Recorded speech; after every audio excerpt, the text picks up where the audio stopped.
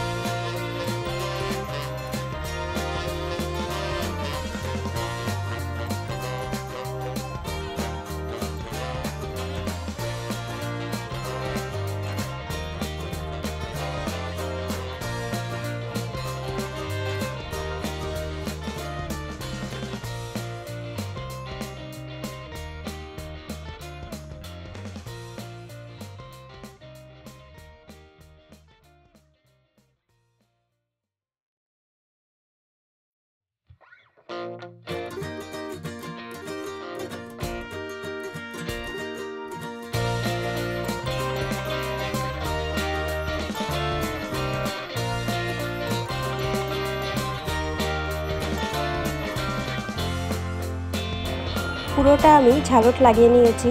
এরপরে মিডিলটা যেহেতু ফাঁকা ফাঁকা লাগছে তার জন্য একটা ফুল বানিয়ে নেব। তো এরকম একটা কাপড়ের টুকরো নিয়েছি, এটা আমি ভাঁজ করে নিলাম আর মাঝে পিন দিয়ে নিয়েছি। চাইলে পিন তোমরা দিতেও পারো, নাও পারো, কিন্তু অবশ্যই পরে পিন খুলে দিতে হবে। এরকম করে সাজিয়ে নিচ্ছি, সাজিয়ে নিয়ে আমি সেলাই করে নেব। আর সেলাই করে নেওয়ার পরে বা আগে এই পিনগুলো খুলে নিতে হবে, নাহলে কিন্তু পায়ে বিঁধবে কাপড় যখন ব্যবহার করা হবে।